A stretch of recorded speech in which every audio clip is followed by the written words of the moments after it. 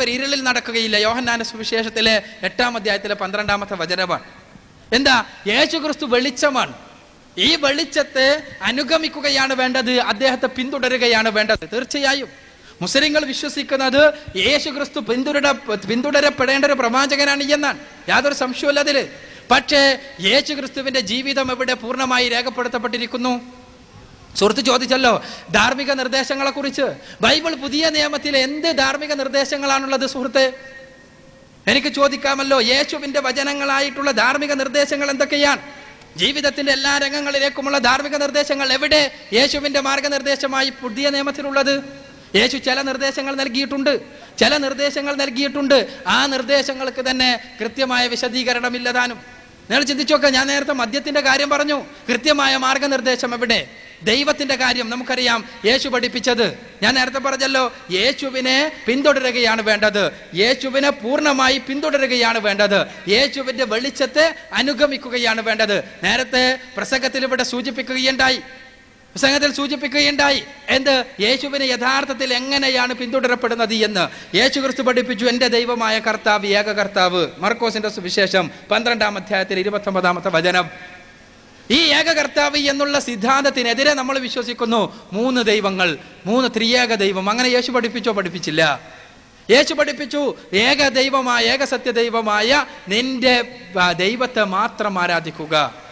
നീ നിന്റെ ദൈവത്തെ മാത്രം ആരാധിക്കുക. മത്തായിയുടെ സുവിശേഷം 4-ാം അധ്യായം 10-ാം വചനം. ആ ദൈവത്തെ, ഏക ദൈവത്തെ മാത്രമാണ് ആരാധിക്കേണ്ടത്. ഇവിടെ നമ്മൾ യേശുവിനെ തന്നെ ആരാധിക്കുന്നു.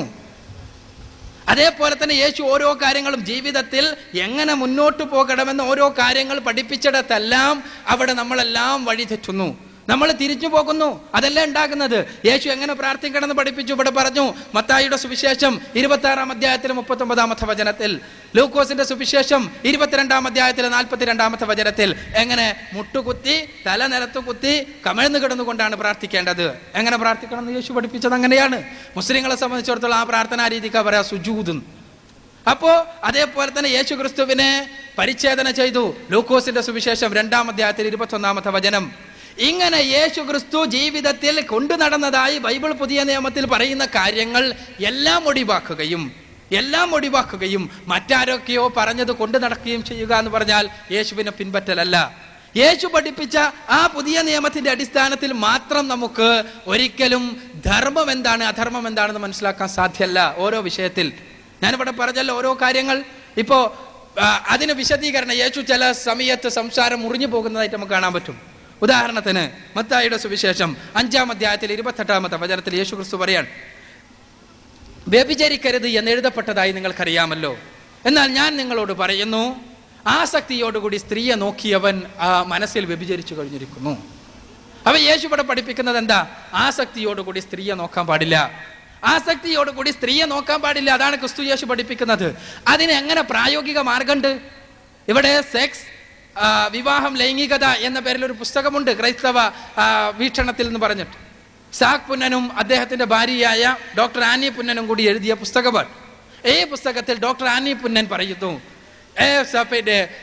സത്യക്രിസ്ത്യാനികളെ, ക്രിസ്തു മതത്തിൽ യേശു ക്രിസ്തുവിനെ പിന്തുടരുന്നവരെ, നിങ്ങൾ വനിതകളോടാണ് നിങ്ങൾ മാന്യമായ വസ്ത്രം ധരിക്കണം.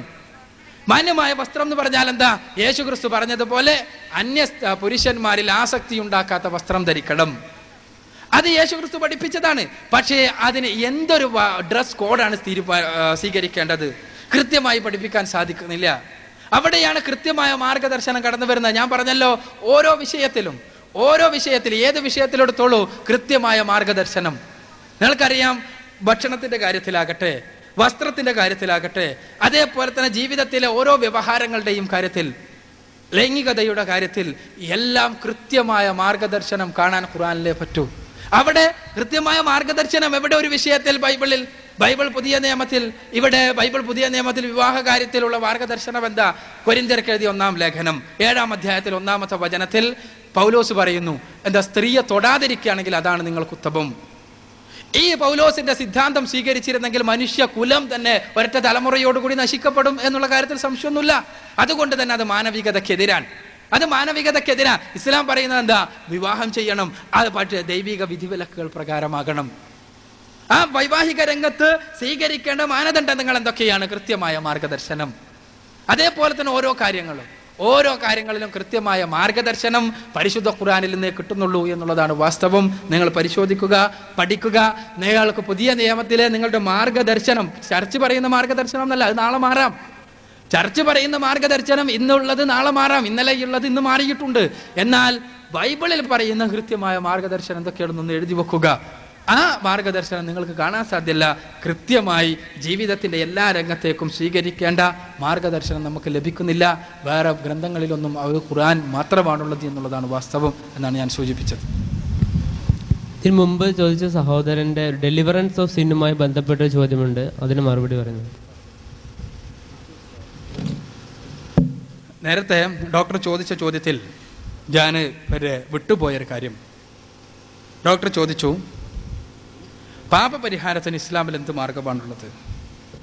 ഒരാൾക്ക് പാപമാണ് എന്നറിയാതെ ഒരാൾ തെറ്റ് ചെയ്തു, എന്നാൽ അതിനെന്ത് പരിഹാരമാണുള്ളത്? പാപത്തിന് ദൈവത്തിങ്കലുള്ള ഇസ്ലാം പറയുന്ന പരിഹാരം പശ്ചാത്താപമാണ്. പാപത്തിന് ഇസ്ലാം പറയുന്ന പരിഹാരം പശ്ചാത്താപമാണ്. ഒരു കൊച്ചുകുട്ടി പാപം ചെയ്തതല്ല, മറിച്ച് അയാൾക്ക് പാപമാണ് എന്നറിയാതെ ഒരു കാര്യം ചെയ്തു. അയാൾക്ക് പാപത്തിനെ കുറിച്ച് ബോധ്യം വന്നാൽ, ആ തെറ്റാണ് എന്ന് ബോധ്യം വന്നു കഴിഞ്ഞാൽ അയാൾ പശ്ചാത്തപിക്കണം. ആ പശ്ചാത്താപമാണ് യഥാർത്ഥത്തിൽ ഇസ്ലാം പറയുന്ന പരിഹാരം. ഇസ്ലാം മാത്രമല്ല, യേശു ക്രിസ്തു പഠിപ്പിക്കുന്ന പരിഹാരം അതാണ്. യേശു പഠിപ്പിക്കുന്ന പരിഹാരം അതാണ്. യേശു ക്രിസ്തുവിനോട് വന്നിട്ട് ശിഷ്യന്മാർ ചോദിച്ചു, യേശുവേ, ആരാണ് സ്വർഗരാജ്യത്തിൽ ഏറ്റവും വലിയവൻ? മത്തായിയുടെ സുവിശേഷത്തിലെ 18-ാം അധ്യായം 1 മുതൽ 4 വരെയുള്ള വചനങ്ങൾ പരിശോധിക്കുക. യേശുവിനോട് വന്നിട്ട് ചോദിക്കുക, ആരാണ് സ്വർഗരാജ്യത്തിൽ ഏറ്റവും വലിയവൻ? അപ്പൊ യേശു 12 ശിഷ്യന്മാരുണ്ട്. 12 ശിഷ്യന്മാരിൽ പത്രോസേ, നീയാണ് സ്വർഗത്തിൽ ഏറ്റവും വലിയവൻ നല്ല പഠിപ്പിച്ചത്. അതല്ലെങ്കിൽ വേറെ ഏതെങ്കിലും ഒരു ശിഷ്യനെ ചൂണ്ടിക്കാണിച്ചിട്ട് ഇയാളാണ് സ്വർഗത്തിൽ ഏറ്റവും വലിയവൻ നല്ല പഠിപ്പിച്ചത്. മറിച്ച് യേശു ക്രിസ്തു ഒരു ശിശുവിനോട് ഇങ്ങോട്ട് വരാൻ പറഞ്ഞു.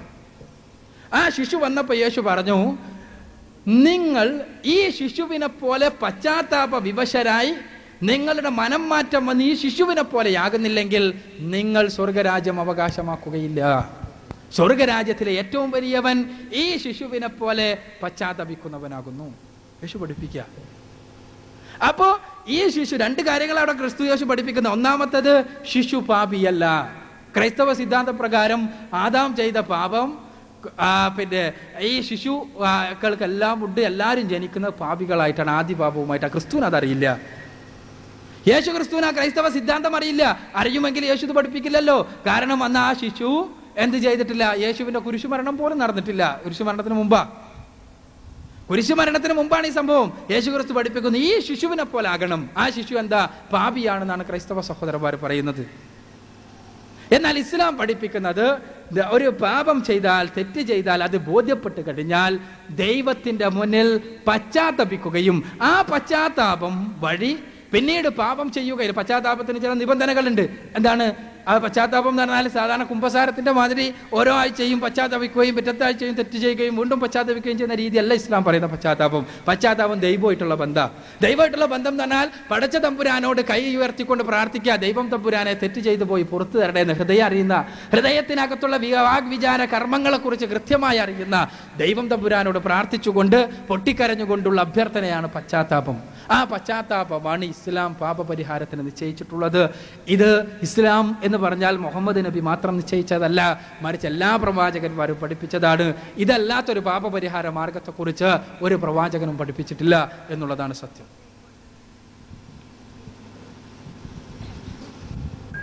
മുമ്പേ ചാതുർവർണ്ണയത്തെക്കുറിച്ച് ധർമ്മസംസ്ഥാപകനായ ശ്രീകൃഷ്ണൻ ചാതുർവർണ്ണ്യം ഇവിടെ സൃഷ്ടിച്ചു എന്ന് പറഞ്ഞു കേൾക്കുകയുണ്ടായി.